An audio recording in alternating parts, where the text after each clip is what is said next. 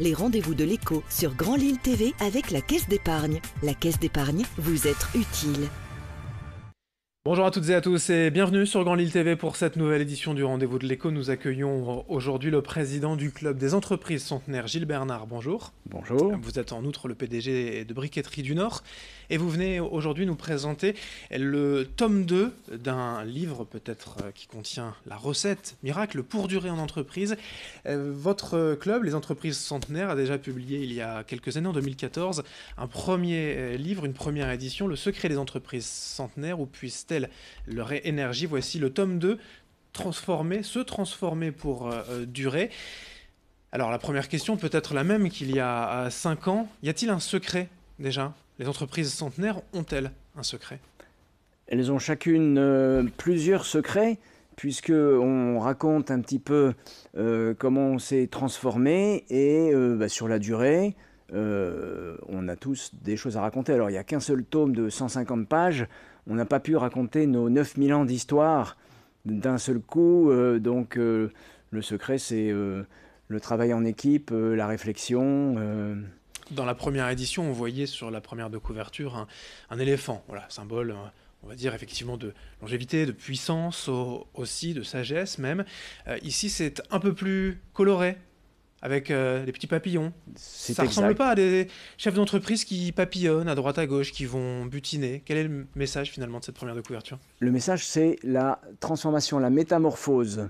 Parce que tout en bas des papillons, il y a les chrysalides qui sont le reflet de ce qui était avant.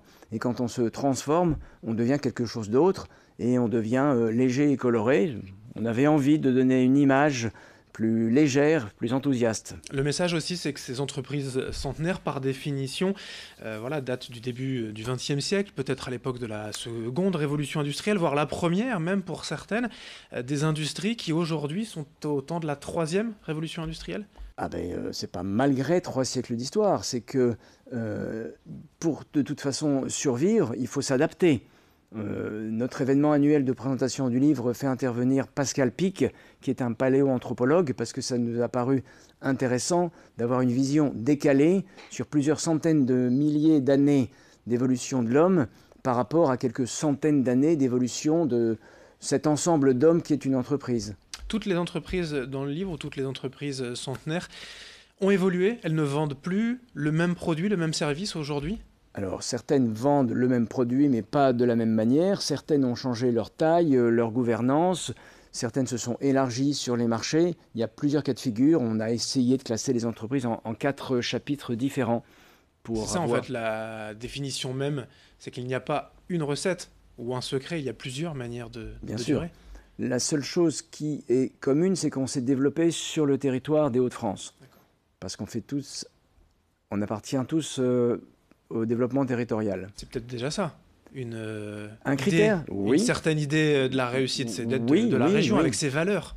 Oui, certainement. Effectivement, la valeur travail, la valeur ténacité, la valeur je vois loin, je construis pour l'avenir, pour les familles au sens large, les familles des entrepreneurs, les familles autour de nous. Et on a tendance à former des grandes familles, mais même si toutes les entreprises ne sont pas purement familiales. Dans beaucoup d'entreprises, en général, le changement, ça fait peur. Aux salariés, ce n'est pas forcément bien vu, en tout cas à court terme. Oui. C'est pourtant essentiel, se transformer pour durer. Se transformer, c'est ce qui est le plus important. Bien sûr, les périodes où il y a peu de transformation, ça ne dure pas très longtemps. Et si jamais ça dure trop longtemps, on finit par s'endormir et tomber. Les entreprises centenaires ne sont pas à l'abri de mourir.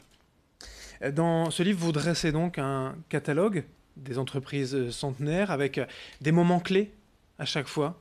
La clé de la réussite, c'est toujours une citation du dirigeant ou Oui, il y a quelques bonnes idées à prendre.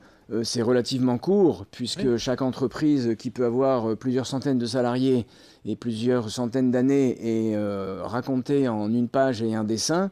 Et donc, c'est un parti pris sur une transformation, c'est un petit résumé, c'est pas du tout une histoire complète et tout n'est pas raconté dedans. Et justement, ces dessins là que l'on voit, c'est pareil que cette première de couverture pour simplifier un peu Oui, nous avons rendre... utilisé les services d'un dessinateur bien connu qui s'appelle Gaps, qui avec beaucoup de délicatesse et d'intelligence nous a croqué les situations qui représentent une entreprise ou d'autres petits dessins qui ponctuent le livre. À qui s'adresse-t-il ce livre? Aux jeunes créateurs d'entreprises aussi ou aux futurs dirigeants d'entreprises centenaires? Ce livre est multipublic.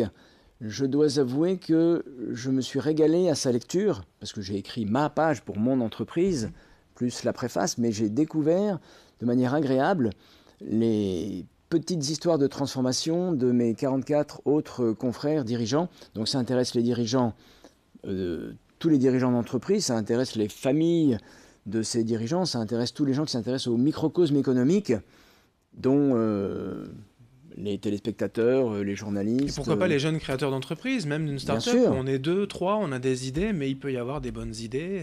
Bien sûr, oui, certainement.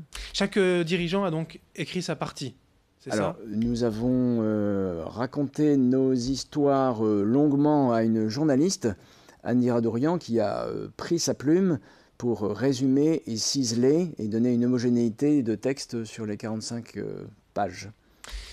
Alors, il y avait donc le premier tome, Où puissent-elles leur énergie, ces entreprises centenaires, un deuxième tome, ici donc qui vient de sortir avec une soirée de lancement qui a eu lieu fin mai pour fêter l'événement, se transformer pour durer. Ce sera quoi le troisième tome? Vous l'avez déjà en tête ou pas? Non, je ne l'ai point en tête. On en a fait en 2014, en 2019, rendez-vous en 2024, peut-être. Une différence essentielle, c'est que dans le premier tome, il n'y avait que 25 membres du club. Aujourd'hui, il y en a 45. Donc il y a par ailleurs 2 fois plus d'entreprises concernées. Et d'histoires, d'anecdotes et de clés de réussite et de succès. Le Club des entreprises centenaires qui publie donc son tome 2, Se transformer pour durer. Merci Gilles Bernard, vous êtes le président de ce Club des entreprises centenaires et président des Briqueteries du Nord. Merci. Merci, bonne journée. Merci à vous de nous avoir suivis. Dans un instant, l'information continue sur Grand Lille TV. Les rendez-vous de l'écho sur Grand Lille TV avec la Caisse d'épargne. La Caisse d'épargne, vous êtes utile.